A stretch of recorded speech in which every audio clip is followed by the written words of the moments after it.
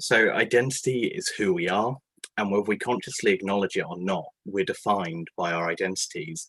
And over the past few years, we've seen a great deal of discussion over how we should approach this topic and how to do it in a respectful and considerate way, especially when we get into more personal topics such as race and identity through gender and sexuality. But it's far more than this. It's sexuality, it's gender, it's race, ethnicity, nationality, and they're all different expressions of identity, but even they are not enough categories to fully encapsulate the concept as we know it. And so each of us will likely have a multifaceted identity, and depending on who we want to present ourselves as, we see different variations of this, and there's often a conflict in these presentations.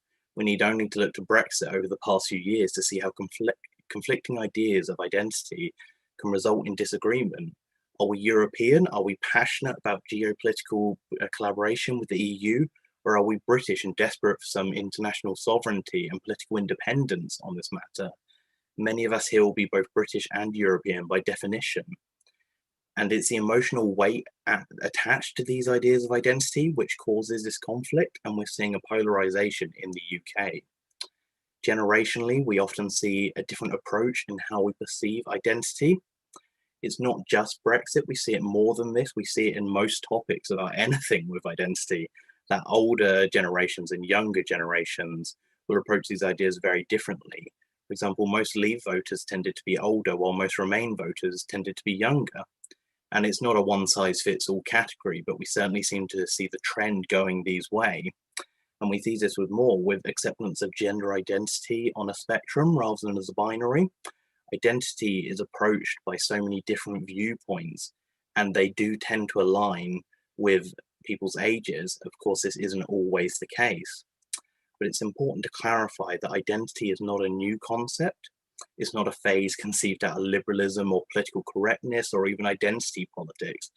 It's something we've always had, and to a certain extent, it's always defined us. We only now as a society are beginning to open ourselves back up to reconsider its full implications. And this is emphasized by discussions about gender and sexuality.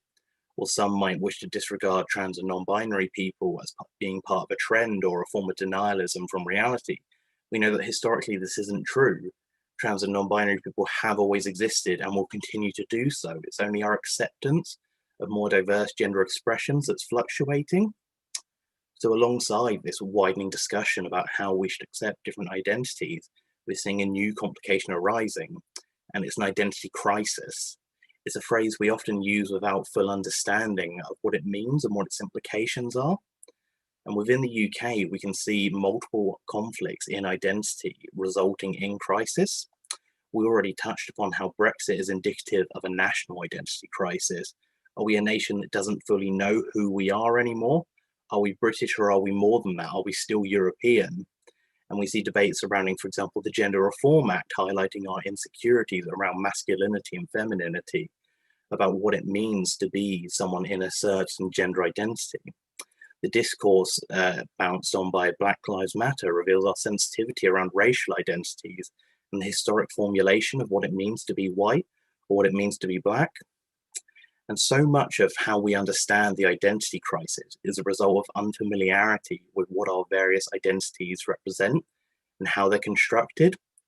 We have to stop defining our values and our identity in opposition to others, because if we only understand ourselves as being British in contrast to being European, then we lose the value of what a European identity can bring and the solace and the comfort of that history, and it works in reverse as well.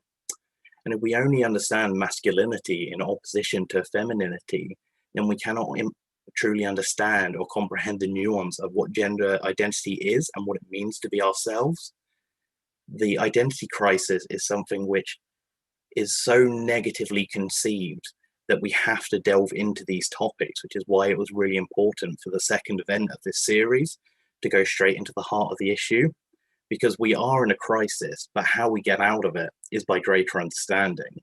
And that's why it's such a pleasure to have these speakers who will be coming on next to talk about these issues.